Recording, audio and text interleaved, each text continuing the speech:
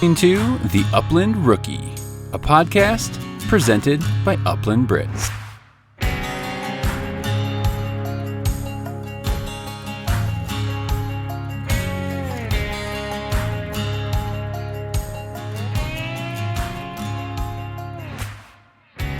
What's up, rookies, and welcome to the Upland Rookie Podcast. I am your host, Will Larson, and as always, this is presented by Upland Brits. Well, guys, I have a really fun episode for you today.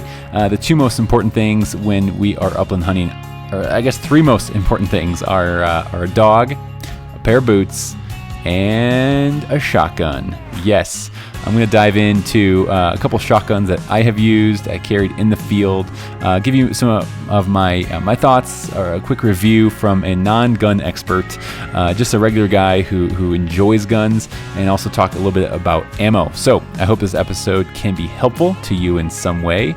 But first, guys, listen up. Who is excited? Today is the day we are announcing the winner of the Dakota 283 podcast giveaway. That's right.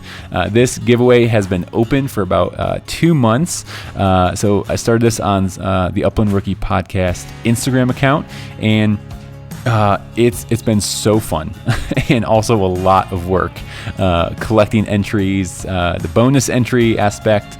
That part really was a lot of fun, but I spent all weekend getting everything collected, all the names, all the entries.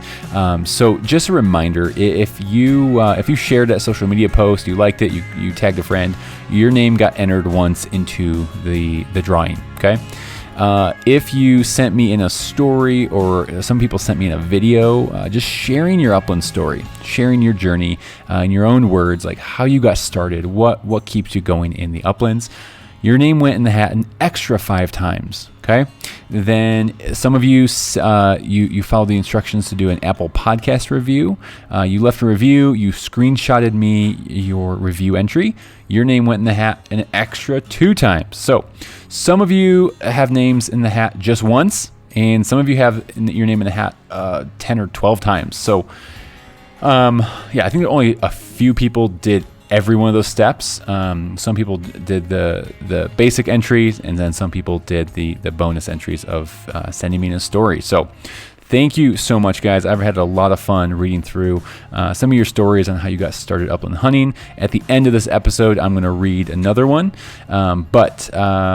Stay tuned. Do not fast forward. Please stay tuned to the episode. But at the very end, I will announce the winner of this incredible giveaway from Dakota 283.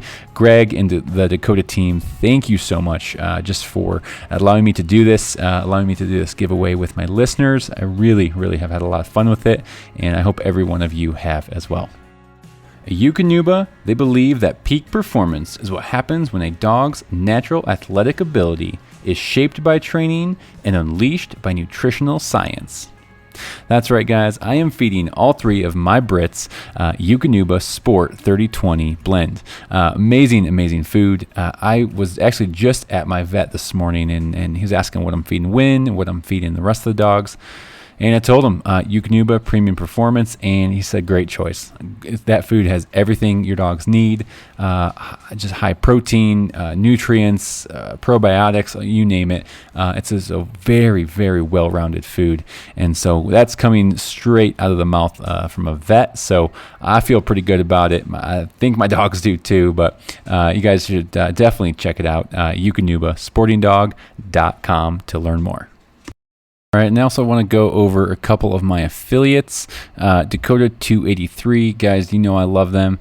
Greg over there, just again, thank you for partnering with me and allowing me to do this amazing giveaway of a G3 medium kennel, as well as a Dine and Dash system, both with Dakota Guard.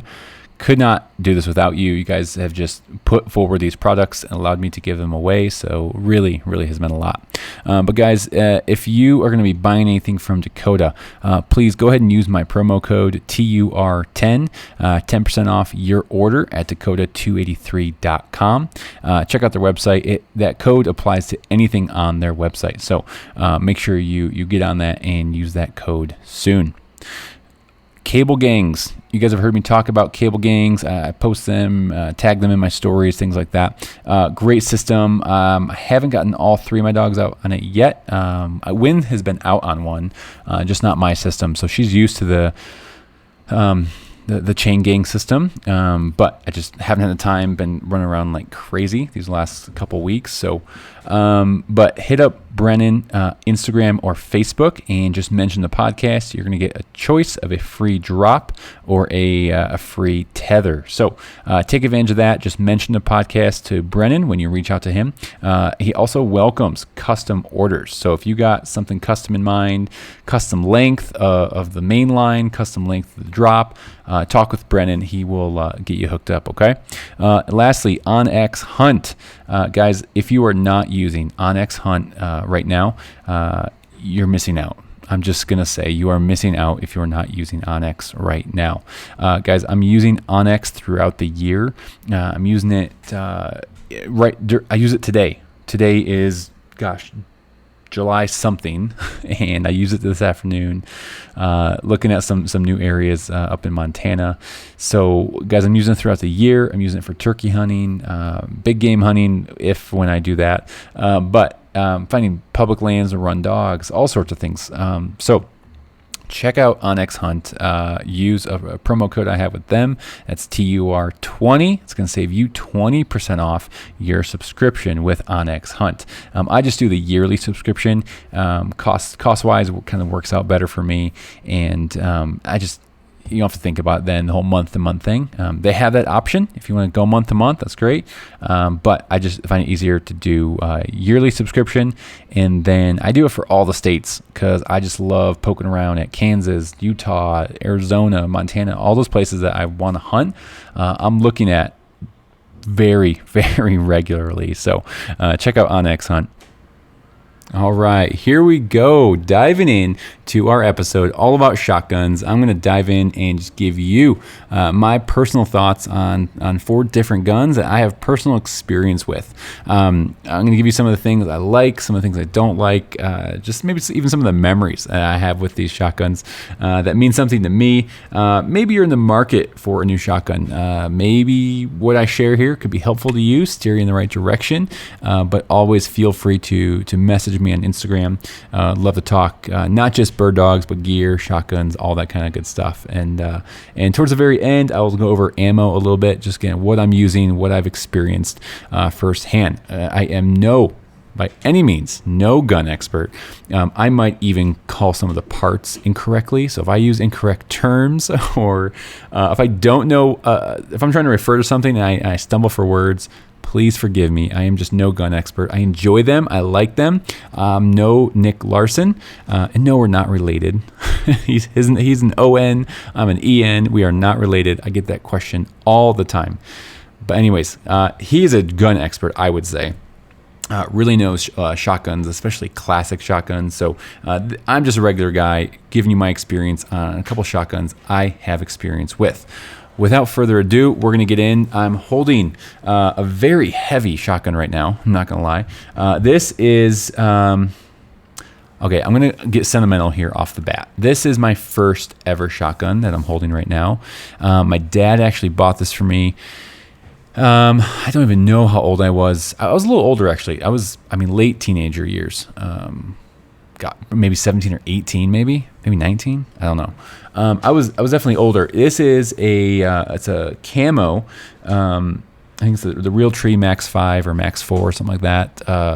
Benelli pump action Supernova. So it is a heavy gun. If you don't know what that Supernova is, look it up online. It'll weigh in, I think, 8.5 pounds. So it is not your traditional Upland gun, but I will say I have shot my fair share of pheasants with this gun. I've done a lot of waterfowl with this gun. When I first got into hunting, it was primarily waterfowl. I went with my uncle quite a bit in Illinois. So shot some Canadas with this gun. I shot some ducks. And that's about it. To start out. And then once I got into upland hunting with my dad, this is the only gun I had, and so this is what I took out, and I didn't know any different. It's a heavy ass cool looking gun, but I didn't know any different, and it works great. It still works great. I really enjoy this gun. It's seen some love. It's in good condition still, but I took this to Nebraska on my snow goose hunt this past year. I would like to think I shot some snow geese, but when there's 7 guys shooting at a flock of geese, you just don't know who hits what. So I'm just gonna trust that I hit a couple, but no, this gun, again, I keep talking about the weight. It is just really heavy. I tried taking it out my first season with Gage, I think on one trip, and I was just like, you know what, this is pretty damn heavy. So pump action. When I started upland hunting, we hunted with a guide, and he would always kind of poke fun at me a little bit. He's like, "Oh, I got a pump action." And at first, he was kind of giving me crap, but then as he saw me shoot it, and he got kind of impressed with how quick I got with that pump, and it just kind of became a fun running joke. And so this gun has a lot of memories. Again, you guys might not know, my dad did pass about 2.5 years ago. So when your dad buys you your first gun, it's going to be a special one. No matter what, no matter if your dad's alive still or if he passed. So this gun will always be special to me. I will always have it. It's really easy to clean. I'll say that. It's a very easy gun to clean. I looked up one video on YouTube when I first got it on how to take it apart, and I've remembered it ever since. I haven't forgot. There's 2 pins you pop out, you take the trigger guard out, and a couple other things, and you got this thing broken down really easy. You can clean it really fast. I've since gotten a couple turkey choke tubes, gotten a couple waterfowl choke tubes, and yeah, I've taken this gun turkey hunting. Have not fired it at a turkey yet, but I will, I'm sure, get my chance here someday. So overall, great gun. It is unloaded while I am doing this review, in case anyone's wondering. So sweet sound. Something special about a pump action shotgun when you rack the pump or the slide. See, I'm getting confused on my terms already, but anyways, I don't know if I have much more to say about this gun. It has a lot of memories for me. Has a red sight bead at the top of the barrel. I enjoy that.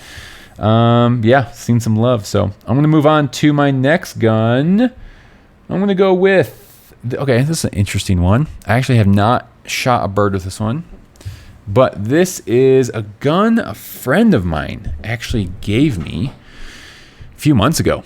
It's my only quote unquote old gun that I have. It is a let's see where I find it. It's an Ithaca. Hope I'm saying that right. It is Ithaca model 37 Featherlight 12 gauge, chambered for 2 3/4. This is a really pretty gun. It's an old gun. Again, I haven't shot it yet. It's just been in my safe for a couple months. A friend gave this to me. Again, it is unloaded as I am talking to you right now, but really pretty gun. It has some really nice engravings on each side. It's got, it might be like a laser etch into the side of the receiver. It's got a bird dog, which looks like an English setter on the right side of the gun, flushing 2 pheasant. So an Irish setter flushing 2 pheasant in some just really pretty grasslands, it looks like. And on the left side of the gun, it's got three ducks taken off from the water. So really pretty gun. I'm gonna rack the slide for you.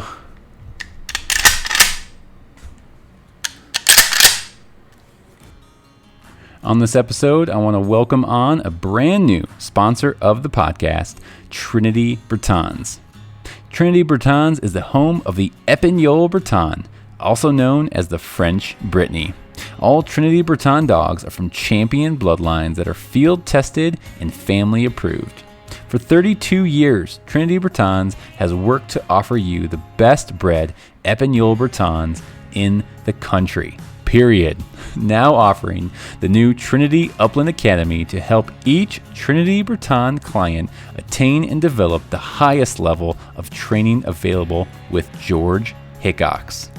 Trinity is committed to producing premier Épingle Bretons for the field trialer and foot hunter alike. Angels in the home and demons in the field. Check them out at trinitybretons.com. So I definitely want to get this out, maybe shoot some clays with it, just see how it shoots, how it handles, all that stuff. Definitely a heavy gun. I did a little bit of research on it. I think it's from maybe the early 50s, maybe. I could be wrong. Edgar from Hunt Birds. You got to help me out here, brother. Yeah, tell me more about this gun. I would love to know more about it, more about when they were made, all that kind of stuff. I can give you the serial number. Maybe we can look up a little more history on this gun. So anyways, that is the Ithaca Model 37. That's another pump action. Moving on to my least favorite gun I own. Yes, my least favorite gun I own. It is another Benelli. I love Benelli. Benelli Montefeltro 12 gauge. So this is a semi-auto. It's got the black finish, black receiver here, wood stock, wood grip, and all that. And the reason I say it's not my favorite gun, or it's my least favorite, and I guess I technically can't say that behind the Ithaca because I've never shot the Ithaca. So, anyways, I just don't shoot well with this gun. And I don't know what it is. I don't know if I'm just in my head right now. You've probably heard me mention this on the podcast already. I just do not shoot this gun well. I don't know what it is. I don't know if it's I don't know. I can't figure it out. I've shot more clays with this gun than any of my guns. Even more than the one I'm about to talk about in a little bit. And I've actually had this one. A little less time than my Benelli Supernova. So anyways, I don't know what it is. It's a nice looking gun. It's not super heavy. I mean, I think it's pretty light. It's about 7 pounds, I believe. I don't know what it is. I'm just in my head too much with this gun, and I maybe just have to put more rounds through it, but I have considered selling it and just going to a 20 gauge. I'm a big 20 gauge fan, but I haven't made up my mind yet. So it's a verdict still out. I'll probably give it another season or two, get out on the clay range more, try to just get better with it because I'm kind of getting frustrated with this gun. But it's smooth. I have had a couple jams with this gun. I've cleaned it really well, taken good care of it. But I've gotten a couple shells stuck when they're ejecting. So not a huge deal. It mostly happens in really cold temperatures, cold weather, so I'm sure that's pretty normal for that to happen. But I remember there was a time 2 years ago I was hunting eastern Colorado. I think it was the last day of the season, actually. We were out in a snowstorm hunting with my buddy Matt, and I had a couple layup rooster shots. Actually, 3 in a row, to be exact. I had 3 roosters, all about maybe 5 or 10 minutes apart from each other. Beautiful points by my dog, just in a really, really nice field in eastern Colorado here. And missed the first one. I think I had to unload 2 shots at least, maybe 3. Kind of bummed. Move on to the next one. Gauge pointed, different bird, same deal. And then happened, of course, a third time. So definitely a little frustrating, a little disappointing, but maybe ever since that really has gotten in my head about this gun. But anyways, it's pretty. Might be selling that gun, I'm not sure. Against 12 gauge, can handle up to 3-inch shells. Yeah, I mean, she's a beauty, but just my confidence is not there. I'm going to talk about another gun I used to own and I actually sold. I used to have another Benelli. Was an Ethos, a 20 gauge Ethos. It's another semi-auto 20 gauge. That was an amazing gun. It was. I just got to a time where I needed some money for some other things, some other hunting gear, and ended up selling that gun actually. So took a little bit of a loss on it than what I paid for it. This is years ago.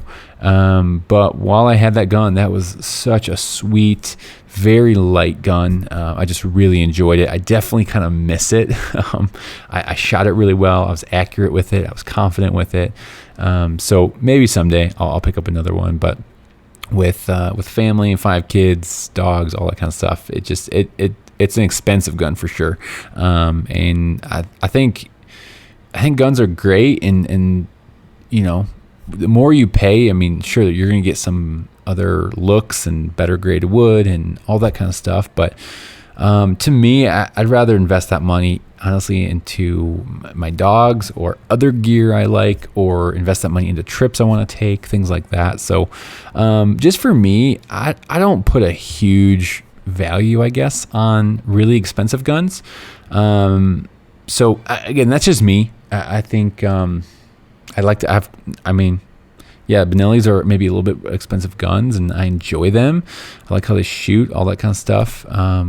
But I'm just not, I'm not going to spend 4, 5, 6, 7, 8 plus grand on a shotgun. So maybe again, not even someday. No, I will not do that. But anyways, I'm going to go into the last gun I own. This is my favorite one. And you guys have probably heard me talk about this gun quite a bit on the podcast, maybe already. This is my 20 gauge over and under Franchi Instinct LX. So 20 gauge Franchi Instinct LX model. Gosh, I love this gun, and it's just fun to shoot. It's my very first over and under shotgun. Never had an over under before this gun. And yeah, you look at it and you might call this my, fancy gun. It has some really pretty color case receiver or block. I forget what you call that, but it's really, really pretty. Has some quail on the left side and has a couple doves on the right side.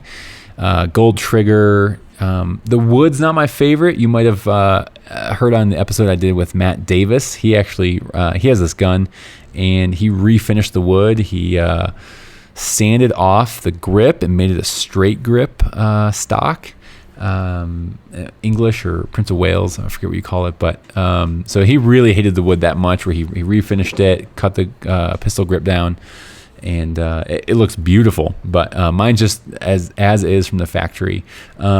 Really great recoil on this. I like 20 gauge recoil over 12. That's just a simple fact for me.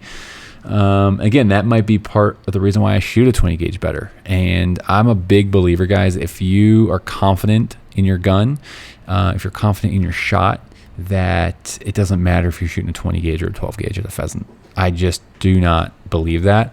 Everyone tells me, South Dakota pheasant are different than Colorado pheasant, and they're tougher, and you need a 12 gauge, you need a 3.5 inch shell, and blah, blah, blah, blah, blah. I personally don't buy into that, guys. I think if your dog does its job and holds a bird well, where you can get to an appropriate shot level, I believe that if you practice and you feel confident in your shot, in your gun, and you're only going to take a shot that you can make, I don't think the gun and the gauge is going to matter.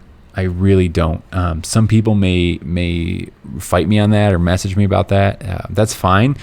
I just know I've taken down big roosters from pretty, I think, far distances with a 20 gauge shotgun. Again, it's a highly debated thing. You see on the forums all the time. People are asking questions online. Hey, what shotgun? What gauge? And you hear so many different things. I don't know. I just don't believe it because I've taken down big pheasant late in the season. So people say, oh, the mature pheasant late in the season, you need a 12 gauge. Well, no, you don't, because I've done it with a 20. I've taken down big mature pheasant with a 20 gauge. Wild birds, not pen raised birds. I've taken down wild roosters. Again, you got to get good dog work. You got to get in a range that is appropriate, that you feel comfortable with shooting those birds, and you got to just be confident in your shot. I am more confident in this 20 gauge over under than I am with the big Montefeltro. It's Montefeltro is a 12 gauge shotgun, 3-inch shells, all that stuff, and I just don't feel confident in it. I miss birds constantly with that shotgun, but not the Franchi. And I am not sponsored by Franchi. I do not have an affiliation with Franchi whatsoever.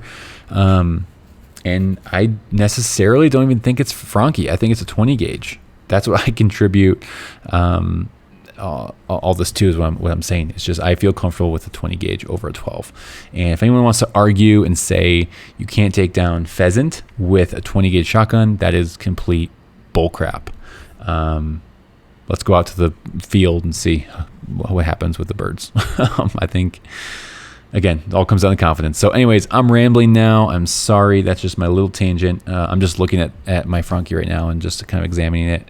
Just a pretty gun. It's a light gun. Great recoil.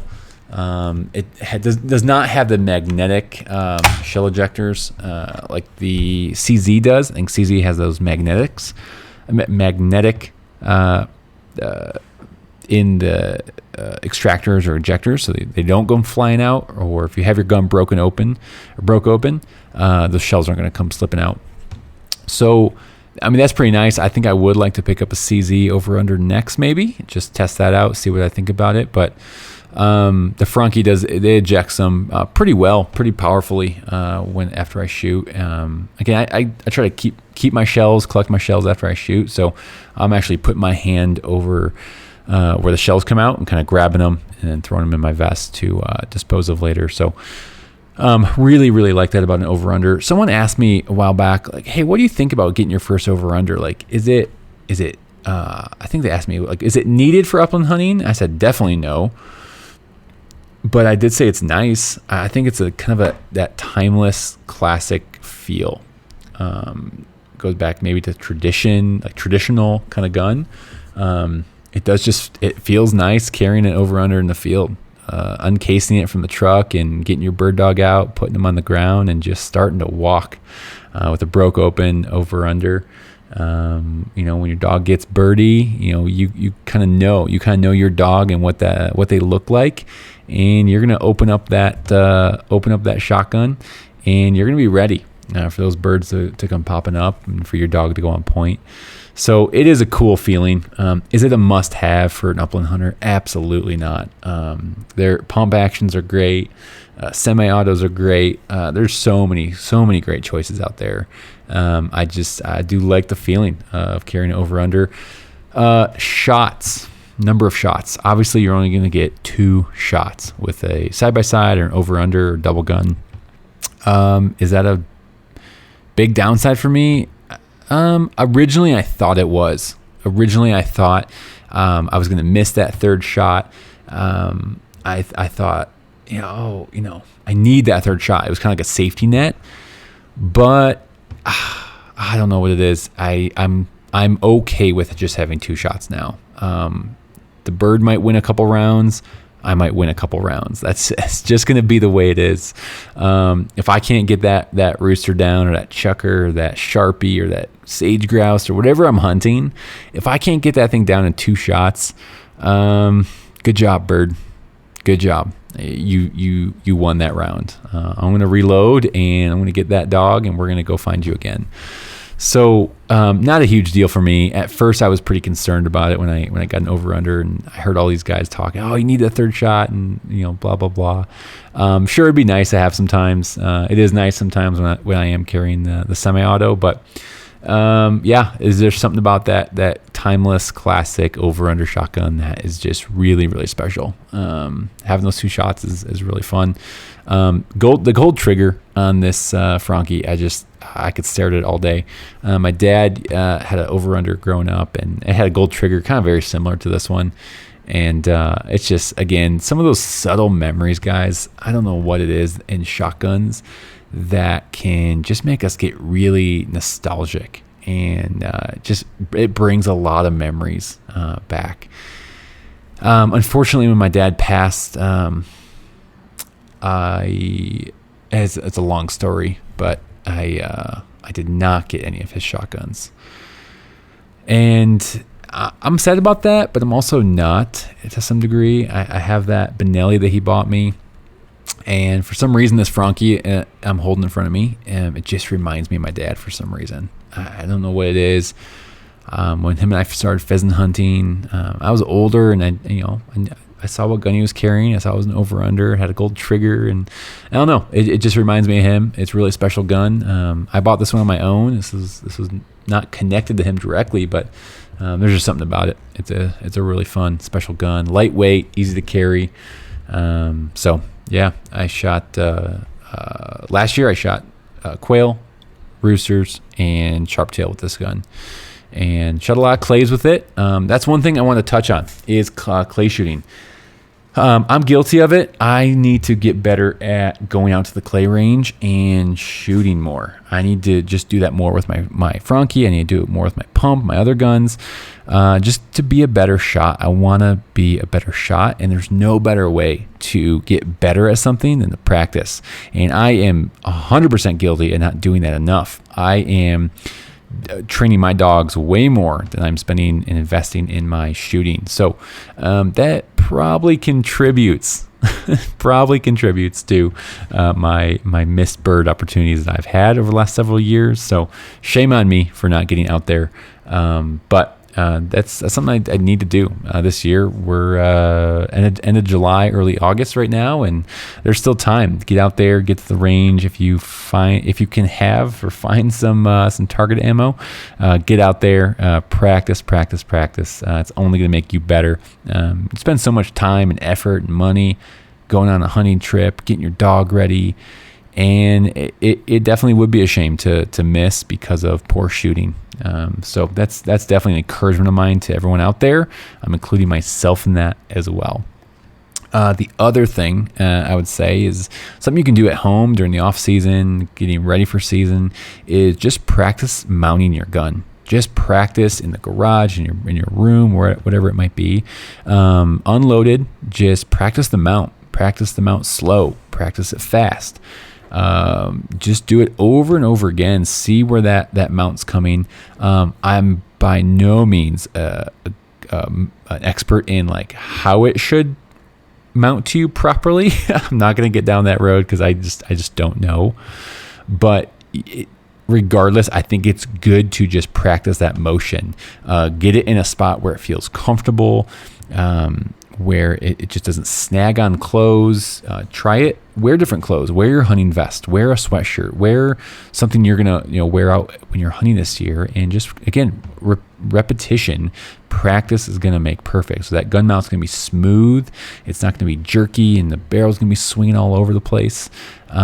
So that's something you can do at home. It's easy. Again, unloaded, obviously, but I think that can help make us a better shot. Get that gun mounted properly, and it's ultimately going to lead to hopefully more birds in the bag. So, anyways, that's pretty much it on shotguns. I do want to talk about ammo a little bit. I actually just grabbed 5 random boxes out of my safe. I have quite a few different brands, loads, all that kind of things in my safe. So I just grabbed a couple random ones just to go over. I guess, okay. 20 gauge pheasant, I'm shooting 5-shot. 5-shot at pheasant. Typically, I've shot 6 and 7 and with my boss at pheasant and had great success. So let's talk about 20 gauge first. Again, that's kind of my preferred gauge. So let's just talk about 20 gauge. Okay, I have a blindside, Winchester blindside. It's a waterfowl lead-free shot. I use this hunting preserves quite a bit. I don't know why. It ends up in my truck a lot when I hunt preserves for some reason, but it's a 1300 velocity 3-inch shell, 1 1/16 ounce load, and 5-shot. So I've shot wild roosters with this. It's done great. I've had no problem with it. It has this like hex technology, so hex steel shot. So kind of funky shot. They're not perfectly round. They're hex shape. So I don't have anything great to say about it, or I don't have anything bad to say about these. They've just kind of been fine. I've taken birds down and they've done good. So I don't have anything really bad to say. Federal, I grabbed a Federal 20 gauge, 2 3/4, 7.5 game load. This I've used actually a lot for dog training if I'm shooting pigeons or chucker for training dogs. 7.5 or even 8 shot is what I'll use sometimes for that. So that's primarily what I'm using for these. This is just probably a box I picked up. I usually like to grab the target loads for dog training and shooting birds for them, but I didn't. So that's that. A couple more. I got my Prairie Storm, again, 5-shot, 3-inch, 12 gauge. I've shot a lot of Prairie Storm. I shot a lot of that in Illinois, and then shot a lot of it the first 2.5 seasons or 3 seasons. I shot a lot of Prairie Storm. I have the steel, and I also have the lead shot, and it's performed really well. It's been great. Like, it's been a great shell for me, taking down birds. Again, primarily roosters and quail. So yeah, easy to find pretty much, I think. I know I ordered a couple boxes a couple years ago online. I've been able to find it in Cabela's, Sportsman's, things like that. So haven't had too much of a problem finding this over the last several years. Again, I know the current day ammo shortage or crisis, whatever you want to call it, it's harder to find, but been a great shell for me. Shot on my 20 gauge. I also have it in 12. And yeah, it's been great. So Boss Ammo, my favorite ammo. I am not sponsored, but I will talk this up. Really enjoyed this. Here's the deal with this, Boss. I used 20 gauge, 3-inch shell, 7-shot. With a 7-shot, I took down those 3 species that I talked about last year. I took down sharp-tailed grouse, rooster pheasant, and bobwhite quail. That's pretty dang cool, if you ask me. 7-shot, 3-inch, 20 gauge shell. I took down those 3 species with, and it just shot really nice. I was just confident. Like, it was just clicking last year. I was just confident in my shot. Sure, I missed a lot of birds. Don't get me wrong. I definitely missed my fair share of birds, but I just really liked the way this shot. I liked the recoil. That 1300, 1350 feet per second. I really liked that velocity, and these shells are 1350 FPS. So yeah, really enjoy these. I have the same shells in 5 and 6, I believe, shot. So I go a little bit bigger in shot size. And I took down pheasant with the 5 as well last year, and it worked out great. So ordered a ton of Boss this year. I think I ordered 2 cases, and for me that's a lot. It's 2 cases of shells of just Boss is quite a bit. So I was lucky enough that was in stock. I was able to find it, so worked out really nice. Last box I grabbed is a 12 gauge box. It's a 12 gauge 2 3/4 4-shot. This is a heavy metal. This is a heavy shot, heavy metal. It's like an Upland load. I have not shot this, actually. I don't know why I grabbed this box. I've not shot this round yet. I have 2 boxes of this, and honestly, guys, I probably picked this up because the box looked cool. That's a piss poor reason. I don't know why I did that. I bought this like 2 years ago, and I've never shot it out of my 12 gauge shotgun. So maybe I'll test it out this year. I mean, this is the year to kind of dig deep in the safe and use what you got and preserve shells. So I'll definitely try it out. With my waterfowl, I did shoot a lot of heavy metal product over the years and have had just good success with that. I like the load. I felt confident in it. So heavy metal, I know they make a good product, or heavy shot, sorry. I know they make a good product. And maybe I'll try that this year if I carry out the 12 gauge in any of these fields. So anyways, guys, that's about it for the shotgun and ammo. Again, maybe not really a review, more just me rambling on what I've used, some of my experience on these different guns, different ammo. Again, I'm no gun expert.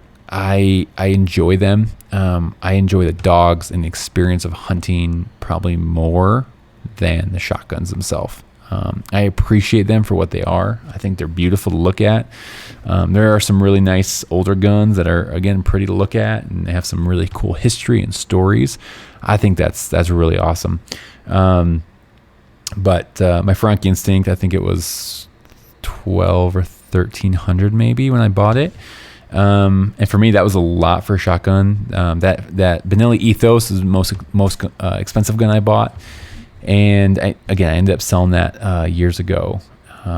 So yeah, I've definitely spent some money on shotguns, but it is not a make or break. You don't need a $1,000 gun to go upland hunt. You don't need a $2,000 to $4,000 gun to go upland hunt.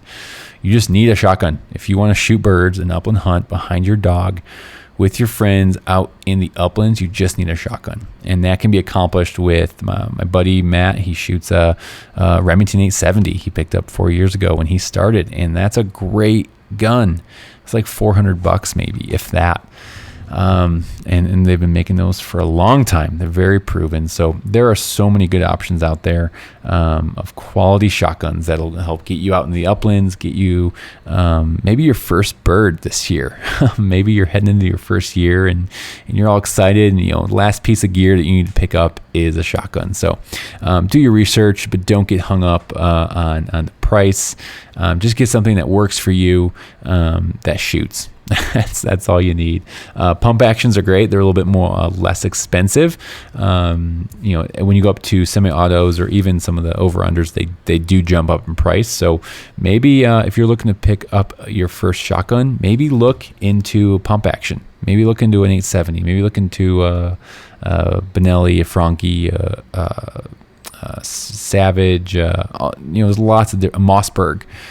Again, I haven't shot a lot of those. I don't have any experience, but there's some options out there. Use what your budget allows, and just pick that gun up. And if it helps get you out there with your dog, with your buddy's dog, whatever it might be, just pick it up, figure it out, and you're gonna have a blast. So, anyways, guys, thank you so much. We are gonna jump in to the Dakota 283 podcast giveaway. Guys, I'm so excited for this.